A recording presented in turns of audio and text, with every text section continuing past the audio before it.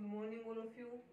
BSc second year में inorganic chemistry की unit first का सेकंड पार्ट चला था अपना। Chemistry of 4D and 5D element part first है वो। केमिस्ट्री ऑफ 3D एलिमेंट्स था वो पहले कंप्लीट हो गया है। और इस यूनिट के सेकंड पार्ट की अपनी आज लास्ट क्लास है। इसके बाद में ये फर्स्ट यूनिट है, उसके दोनों पार्ट है वो कंप्लीट हो जाएंगे। ठीक है, ज़्यादा इंपॉर्टेंट इसमें फर्स्ट पार्ट रहेगा। अब हमें अपनी हेडिंग रहेगी आज की कि 3D श्रेणी के तत्वों के प्रॉपर्टी जो हम पहले पढ़ चुके हैं, और 4D और 5D की हमने पार्ट बी में पढ़ी है। इन दोनों की जो प्रॉपर्टीज हैं, जैसे आयनिक रेडियस हो गई या फिर नॉर्मल रेडियस बोल ले, हम ऑक्सीडेशन स्टेट बोल ले, इनके अंदर जो मैग्नेटिक प्रॉपर्टीज है वो देख ले, हम ये कॉम्प्लेक्स कंपाउंड किस प्रकार से बनाते हैं ये देख लें। तो ये सारे के सारे हैं, ये प्रॉपर्टीज हैं, इनमें आपस में कंपैरिजन करनी है कि 3D श्रेणी वाले तत्व हैं उनमें किस प्रकार से है ये, और 4D और 5D वालों के अंदर ये किस प्रकार से रहेंगी। ठीक है, तो अपनी हेडिंग रहेगी 3D and 4D 5D series elements की प्रॉपर्टी क्या करनी है, कंपैरिजन करनी है। 4-5 पॉइंट्स के द्वारा इनकी कंपैरिजन करेंगे। तो फर्स्ट पॉइंट रहेगा इसके अंदर आयनिक रेडियस या आयनिक त्रिज्या या परमाणु त्रिज्या बोले, एटॉमिक रेडियस बोले, सारा एक ही बात है। ये बढ़ेगी तो परमाणु की रेडियस भी बढ़ेगी, और ये कम होगी तो वो भी कम हो जाएगी, एक ही बात है ये। ठीक है, इसमें लिखा जाएगा कि जब हम 3D श्रेणी से 4D श्रेणी की तरफ जाएंगे और 4D से 5D श्रेणी की तरफ जाएंगे। अब 3D की आयनिक रेडियस भी हम पढ़ चुके हैं, और 4D और 5D श्रेणी की आयनिक रेडियस है वो भी हम पढ़ चुके हैं। तो इसमें क्या लिखा जाएगा कि 3D श्रेणी से 4D श्रेणी की तरफ चलने पर एक मुख्य कोश या n की वैल्यू इंक्रीज होने से 4D श्रेणी के तत्वों का आकार बढ़ेगा। आकार बढ़ेगा तो आयनिक रेडियस भी बढ़ेगी। लेकिन जब हम 4D से 5D श्रेणी की तरफ जाते हैं तो यहाँ पे क्या होता है, लेंथेनाइड कॉन्ट्रैक्शन होता है। लेंथेनाइड संकुचन के कारण से 4D और 5D, लेंथेनाइड संकुचन क्या होता है ये पहले बता दिया गया है, इनकी प्रॉपर्टीज पढ़ी थी उसके अंदर। लेकिन 4D से 5D श्रेणी की तरफ चलते हैं तो लेंथेनाइड कॉन्ट्रैक्शन के कारण से 4D और 5D श्रेणी के तत्वों का आकार लगभग क्या होता है, समान होता है। तो ये हो जाएगी इनमें कंपैरिजन। होना क्या चाहिए था, 3D से 4D की तरफ चल रहे थे, 4D से 5D की तरफ चलेंगे तो n की वैल्यू इंक्रीज होने के साथ साथ में एटॉमिक रेडियस या आयनिक रेडियस बढ़ती जानी चाहिए थी। लेकिन 3D से 4D की तरफ चलने पर तो मुख्य क्वांटम संख्या या मुख्य कोश n की वैल्यू बढ़ने से वहां पे साइज या रेडियस बढ़ती है। लेकिन 4D से 5D तरफ चलने पर लेंथेनाइड कॉन्ट्रैक्शन या लेंथेनाइड संकुचन होने के कारण से 4D और 5D श्रेणी के तत्वों का आकार या उनकी आयनिक त्रिज्या लगभग समान होती है। लेकिन ये 3D से हमेशा ही क्या रहेगी, ज्यादा रहेगी, और इन दोनों की समान रहेगी। इस कारण से 4D और 5D श्रेणी के तत्वों के जो अधिकांश गुण होते हैं, प्रॉपर्टीज होती हैं, वो लगभग क्या रहती हैं, इक्वल रहती हैं। और 3D श्रेणी के तत्वों से ये प्रॉपर्टीज क्या रहेंगी, अलग रहेंगी। तो ये रहेगा इसमें आयनिक रेडियस में कंपेरिजन कर लिया हमने 3D 4D और 5D के तत्वों में। अभी हम इसमें क्या बोल रहे हैं कि 3D वालों की आयनिक त्रिज्या 4D 5D से कम होती है, 4D 5D वालों की क्या रहेगी, इक्वल रहेगी। ये रहेगा आयनिक रेडिएशन के अंदर कंपैरिजन। उसके बाद में सेकंड रहेगा अपना ऑक्सीडेशन स्टेट, ऑक्सीडेशन स्टेट्स या ऑक्सीकरण अवस्थाएं। अब ऑक्सीकरण अवस्थाओं में किस प्रकार से कंपैरिजन करेंगे इसमें, तो इसमें क्या आएगा कि 3D श्रेणी की तत्व हैं उनकी वे लो ऑक्सीडेशन स्टेट प्रदर्शित करते हैं। प्रदर्शित तो इसमें मैग्नीज हाईएस्ट +7 तक करता है, लेकिन इसमें जो ऑक्सीकरण अवस्थाएं होती हैं वे +2 और +3 वाली ऑक्सीकरण अवस्थाएं अधिक स्थायी होती हैं। बाकी तत्व है वो +7 तक करते हैं प्रदर्शित, लेकिन वो अधिक स्थायी नहीं होती है। स्थायी कौन से रहेंगी, +2 और +3, और +2 और +3 को हम लो ऑक्सीडेशन स्टेट या निम्न ऑक्सीकरण अवस्थाएं कहेंगे।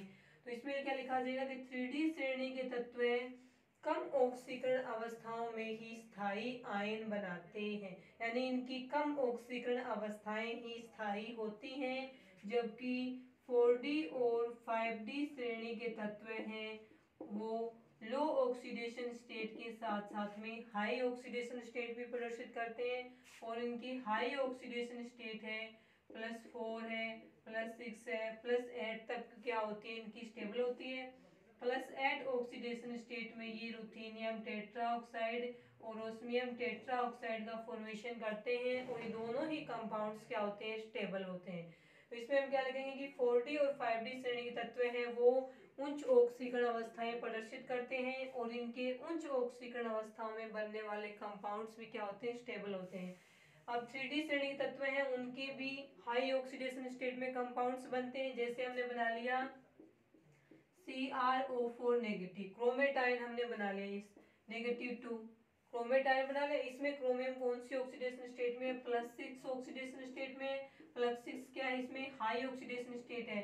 तो ये CrO4 नेगेटिव 2 स्टेबल नहीं है, इसको हम क्या बोलेंगे, ये एक क्या है, ऑक्सीडाइजिंग एजेंट है। क्या है ये, ऑक्सीडाइजिंग एजेंट है। ठीक है, स्थायी नहीं है, यदि स्थायी होता तो ये ऑक्सीडाइजिंग एजेंट नहीं होता। तो इसमें क्या लिखा जाएगा कि जैसे जैसे हम 3D से 4D की तरफ चलेंगे, 4D से 5D की तरफ चलते हैं, तो जैसे जैसे यहाँ इस साइड चलने पे साइज इंक्रीज हो रही है, साइज इंक्रीज होने के साथ साथ में यहाँ पे उच्च ऑक्सीकरण अवस्थाओं का स्थायित्व बढ़ता जाएगा। साइज कम है 3D वालों की, तो इसमें कम ऑक्सीकरण अवस्थाएं स्थायी होती हैं, और 4D और 5D श्रेणी के तत्वों की साइज बड़ी है। साइज बड़ी है तो इनकी हाई ऑक्सीडेशन स्टेट क्या होती है, स्टेबल होती है, और एटम्स का साइज बढ़ने के साथ साथ में उनकी ऑक्सीकरण अवस्थाओं का स्थायित्व है, उच्च ऑक्सीकरण अवस्थाओं का स्थायित्व बढ़ता जाता है। ये रहेगा इसमें ऑक्सीडेशन से रिलेटेड कि साइज कम है वहाँ लो ऑक्सीडेशन स्टेट रहेगी, साइज बढ़ गई 4D 5D में तो हाई ऑक्सीडेशन स्टेट है वो स्टेबल हो जाती है। अब कोई भी कंपाउंड है उसके लिए हम ये बोलते हैं ये कंपाउंड स्टेबल है। तो कोई भी कंपाउंड स्टेबल हो उसके लिए क्या कंडीशन होती है, तो किसी भी कंपाउंड्स की स्टेबिलिटी के लिए हम क्या कब कहेंगे कि ये कंपाउंड स्टेबल है, तो उसमें क्या रहता है कि वो कंपाउंड्स है वो वायुमंडल की ऑक्सीजन से ऑक्सीडाइज नहीं होना चाहिए, वायुमंडल की ऑक्सीजन से वो ऑक्सीकरण नहीं होना चाहिए, तब हम कहेंगे कि वो क्या है, स्थायी है। दूसरा, जो टेम्परेचर होता है रूम टेम्परेचर पर, यानी कि रूम टेम्परेचर पर वो कंपाउंड्स है वो डिसोसिएट या अपघटित नहीं होना चाहिए, वायुमंडल की ऑक्सीजन से ऑक्सीकृत नहीं होना चाहिए, और रूम टेम्परेचर पे क्या होना चाहिए, डिसोसिएट या विघटित नहीं होना चाहिए। और तीसरा आएगा कि जलवाष्प के द्वारा वो जल अपघटित या हाइड्रोलाइज्ड नहीं होना चाहिए, वायुमंडल की जलवाष्प के H2O के द्वारा वो जल अपघटित नहीं होना चाहिए, और उसमें डिस्प्रोपोर्शनेशन या असमानुपातन की क्रिया नहीं होनी चाहिए। तो वे कंपाउंड्स या वह कंपाउंड्स जिसमें ये चारों प्रोसेस नहीं होती हैं, यानी वायुमंडल की O2 से ऑक्सीकृत नहीं होता है, रूम टेम्परेचर पर विघटित या अपघटित नहीं होता है, और वायुमंडल की H2O के द्वारा जो हाइड्रोलाइज या जल अपघटित नहीं होता है, और जिसमें असमानुपातन की क्रिया नहीं पाई जाती है, तो वो कंपाउंड्स क्या माना जाएगा, स्टेबल कंपाउंड्स माना जाएगा। अब असमानुपातन का मतलब होता है कि कोई भी कंपाउंड्स है वो टूट करके अपने से एक कम ऑक्सीडेशन स्टेट और अपने से एक अधिक ऑक्सीडेशन स्टेट वाले दो कंपाउंड्स बनाता है, तब हम कहेंगे कि वहाँ असमानुपातन की क्रिया हो रही है। कोई कंपाउंड्स है उसमें वो +2 ऑक्सीडेशन स्टेट में वियोजित होकर के वो दो कंपाउंड्स बना रहा है, एक में इस ऑक्सीडेशन से कम ऑक्सीडेशन स्टेट में बने और एक कंपाउंड ऐसा बने जिसकी ऑक्सीडेशन स्टेट इससे ज्यादा हो, तब हम कहेंगे कि यहाँ पे क्या हो रहा है, डिस्प्रोपोर्शनेशन या असमानुपातन की क्रिया हो रही है। तो यदि किसी कंपाउंड्स में असमानुपातन या डिस्प्रोपोर्शनेशन नहीं होता है, तब हम कहेंगे कि वो कंपाउंड्स कैसा है, स्थायी कंपाउंड्स माना जाएगा। नेक्स्ट आएगा, नेक्स्ट इसमें कंपेरिजन करेंगे हम कॉम्प्लेक्सेशन या संकुलन से। तो थर्ड पॉइंट्स रहेगा कॉम्प्लेक्सेशन, जिसे हिंदी में बोला जाएगा संकुलन। कॉम्प्लेक्सेशन जिसे हिंदी में क्या कहेंगे, संकुलन कहेंगे। संकुलन का मतलब है कि 3D 4D और 5D श्रेणी में प्रेजेंट मेटल्स हैं वो क्या करेंगी, लिगेंड के साथ में क्रिया करके कॉम्प्लेक्स या संकुल बनाएंगी। संकुल बनाने की प्रक्रिया को क्या बोला जाएगा, कॉम्प्लेक्सेशन या संकुलन कहा जाता है। अब ये संकुलन किस प्रकार से करेंगे, तो इसमें लिखा है कंपेरिजन करेंगे 3D 4D और 5D में। तो 3D से 4D और 4D से जब हम 5D श्रेणी की तरफ चलते हैं तो यहाँ पे क्या रहेगा, देखिए 3D से 4D और 5D से 5D श्रेणी की तरफ चलेंगे तो यहाँ पे क्या होती जा रही है, साइज 3D से 4D की तरफ चलने पे साइज इंक्रीज होती जा रही है और 4D से 5D की तरफ चलने पे साइज क्या रहती है, इनकी लगभग सेम रहती है। तो इसमें होता है कि 3D श्रेणी के जो तत्व होते हैं वो तो 4 या 6 कोऑर्डिनेशन नंबर वाले जो संकुल यौगिक होते हैं 3D श्रेणी की धातुओं के, वे क्या होते हैं, स्टेबल होते हैं। जबकि 4D और 5D श्रेणी की धातुएं 4, 6 और 8 से लेकर के 12 तक के कोऑर्डिनेशन नंबर वाले कॉम्प्लेक्स कंपाउंड्स बनाती है जो कि स्थायी होते हैं। तो इसमें लिखा जाएगा कि 3D श्रेणी की धातुएं हैं वो 3D श्रेणी की धातुओं के द्वारा कम कोऑर्डिनेशन नंबर या कम समन्वय संख्या में बनाए जाने वाले संकुल स्थायी होते हैं, जबकि 4D और 5D श्रेणी की धातुओं के द्वारा अधिक समन्वय संख्या के साथ में या अधिक उपसह संयोजक संख्या के साथ में बनाए जाने वाले संकुल कैसे होते हैं, स्थायी होते हैं। यानी ये उच्च समन्वय संख्या में भी स्थायी संकुलों का निर्माण कर सकते हैं। कौन से, 4D और 5D श्रेणी वाले तत्व। ठीक है, ये आ गया इसके अंदर कॉम्प्लेक्सेशन के अंदर। उसके बाद में नेक्स्ट आएगा इसके अंदर कॉम्प्लेक्सेशन के बाद में, अब जो इनके कंपाउंड्स है ना 4D और 5D के उन कोऑर्डिनेशन नंबर के अंदर उसकी एक टेबल है। उसके बाद में नेक्स्ट रहेगा इसके अंदर 4 नंबर पे प्रॉपर्टी मैग्नेटिक, या फिर इसको हम मैग्नेटिज्म भी बोल सकते हैं, सीधा चुंबकत्व। चुंबकत्व के आधार पर 3D 4D और 5D में किस प्रकार से कंपैरिजन की जाएगी, देखें इसमें लिखा जाएगा कंपैरिजन के अंदर। इसमें आता है कि जो 3D श्रेणी की धातुएं होते हैं उनमें क्या होता है, इनका जो चुंबकीय आघूर्ण होता है वो किससे ज्ञात करते हैं हम, स्पिन ओनली फॉर्मूला की सहायता से ज्ञात किया जाता है। स्पिन ओनली फॉर्मूला का मतलब क्या होता है कि 3D श्रेणी के अंदर 3D श्रेणी की धातुओं के द्वारा जो संकुल यौगिक बनाए जाते हैं उन संकुल यौगिकों में केंद्रीय धातु परमाणु में उपस्थित जो अनपेयर्ड इलेक्ट्रॉन होते हैं उनकी केवल चक्रण गति से उत्पन्न स्पिन मोशन या चक्रण गति से उत्पन्न चुंबकीय आघूर्ण ही कुल चुंबकीय आघूर्ण के बराबर होता है। क्योंकि इसमें बताया था 3D श्रेणी वाले पढ़ा था तब कि इनकी जो अयुग्मित इलेक्ट्रॉन होते हैं 3D श्रेणी के संकुल यौगिकों के केंद्रीय परमाणु में उपस्थित जो अयुग्मित इलेक्ट्रॉन होते हैं उनकी जो कक्षकीय गति से उत्पन्न कक्षकीय चुंबकीय आघूर्ण होता है वो लिगेंडों की कक्षकीय गति से उत्पन्न चुंबकीय आघूर्ण से उदासीन हो जाता है। इस कारण से 3D श्रेणी की धातुओं के द्वारा जो संकुल बनाए जाते हैं उनका चुंबकीय आघूर्ण स्पिन ओनली फॉर्मूला से ज्ञात किया जाएगा। और स्पिन ओनली फॉर्मूला क्या रहेगा, √n+2 बोर मैग्नेटोन, जहाँ पे स्मॉल n क्या हो जाएगा, नंबर ऑफ अनपेयर्ड इलेक्ट्रॉन है वो माना जाएगा।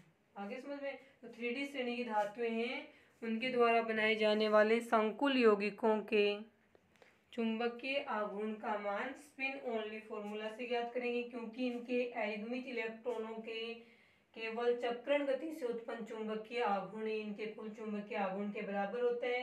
और इनमें अयुग्मित इलेक्ट्रॉनों का जो कक्षकीय चुंबकीय आघूर्ण होता है वो लिगेंडों के कक्षकीय चुंबकीय आघूर्ण से उदासीन हो जाने के कारण उसका कुल चुंबकीय आघूर्ण में कोई योगदान नहीं होता है। लेकिन 4D और 5D श्रेणी की धातुओं के द्वारा जो संकुल यौगिक बनाए जाते हैं उनमें इन दोनों श्रेणी की जो केंद्रीय धातु परमाणु उपस्थित होंगी उनमें जो अनपेयर्ड इलेक्ट्रॉन्स प्रेजेंट होंगे उन इलेक्ट्रॉनों की चक्रण गति करने से उत्पन्न चक्रण चुंबकीय आघूर्ण और कक्षकीय गति करने से उत्पन्न कक्षकीय चुंबकीय आघूर्ण, ये दोनों आपस में मिलकर के ही उसका कुल चुंबकीय आघूर्ण बनाते हैं। इस इनके अंदर कक्षकीय चुंबकीय आघूर्ण लिगेंडों के द्वारा उदासीन क्यों नहीं होता है, क्योंकि इनमें जो अयुग्मित इलेक्ट्रॉन प्रेजेंट होते हैं वो बहुत ज्यादा अंदर के कक्षकों में उपस्थित होते हैं। 4D और 5D कक्षक वो अंदर के कक्षक हैं उसके बाहर कई कक्षक और प्रेजेंट होते हैं, जैसे 4f कक्षक आ गया उसके बाहर, जबकि अयुग्मित इलेक्ट्रॉन है वो 4d कक्षक में उपस्थित है। यहाँ पे लिगेंड प्रेजेंट है। लिगेंड और 4d कक्षक के अयुग्मित इलेक्ट्रॉनों के बीच में 4d और 5d श्रेणी तत्वों में कई कोष और आ जाते हैं। इस कारण से लिगेंडों के कक्षक की गति का इन 4d कक्षक में उपस्थित अयुग्मित इलेक्ट्रॉनों के कक्षक की गति पर कोई प्रभाव नहीं पड़ता है। इस कारण से ऐसे संकुल यौगिकों का कुल चुंबकीय आघूर्ण जो 4d और 5d श्रेणी तत्वों से धातुओं से बनाए जाते हैं उनका कुल चुंबकीय आघूर्ण इनके दोनों प्रकार के इलेक्ट्रॉनों की दोनों प्रकार की गति से उत्पन्न कुल चुंबकीय आघूर्ण के बराबर होगा। म्यू एल कक्षक की गति से उत्पन्न चुंबकीय आघूर्ण और म्यू एस हो जाएगा यहाँ पे चक्रण गति से उत्पन्न चुंबकीय आघूर्ण। इसका जो टोटल फॉर्मूला बनेगा म्यू एल और म्यू एस की वैल्यू रखने से वो बनेगा आपका फॉर्मूला रहेगा 4s s+1 प्लस में l+1।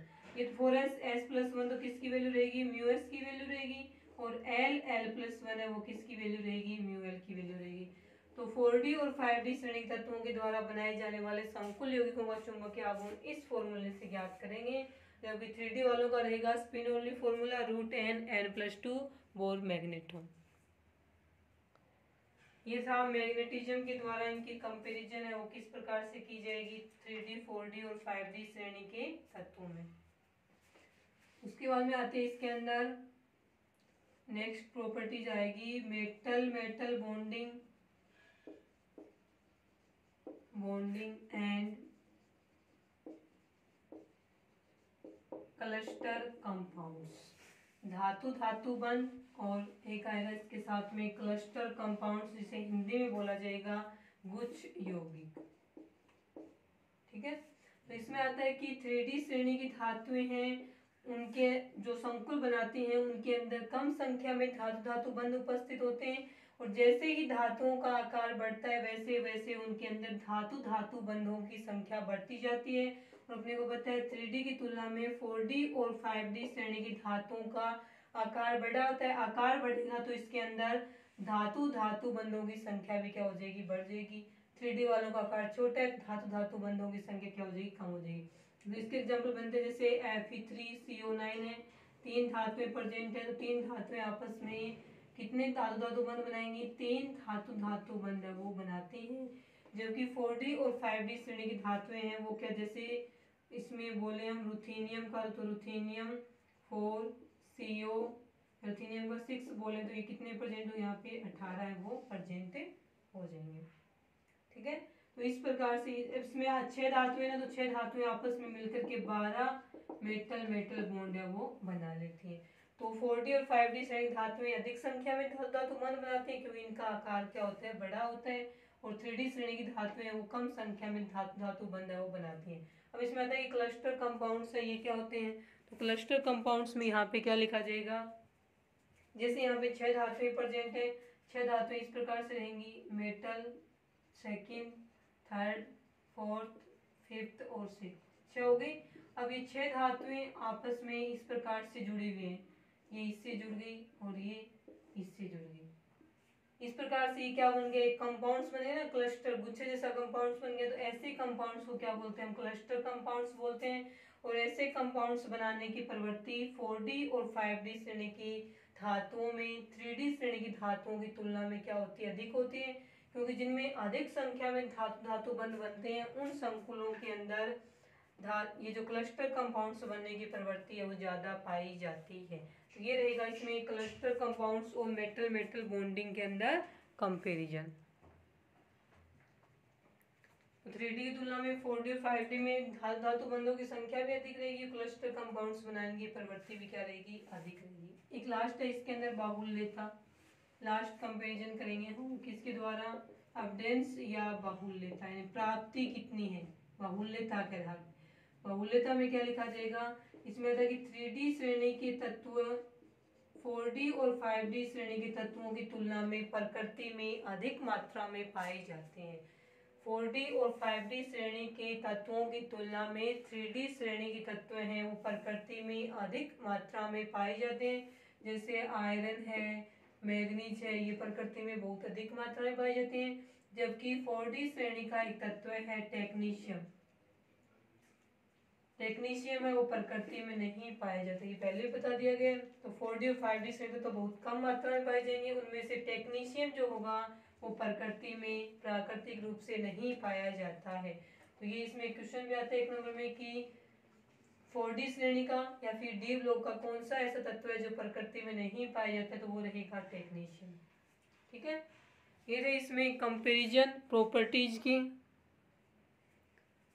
इसी के साथ में ये यूनिट फर्स्ट का सेकंड पार्ट है वो भी कंप्लीट हो गया। इसके साथ में एक है इसकी स्टीरियो केमिस्ट्री।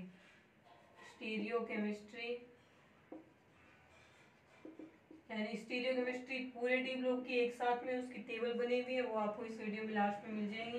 3D 4D और 5D तीनों श्रेणी की धातुओं के द्वारा जो कॉम्प्लेक्स कंपाउंड्स बनाए जाते हैं उनमें कितने ऑक्सीडेशन स्टेट में कौन सा कंपाउंड्स बनते हैं, वो सारे आपको टेबल है वो इनकी मिल जाएगी। उसी के साथ में ये यूनिट कंप्लीट हो गई।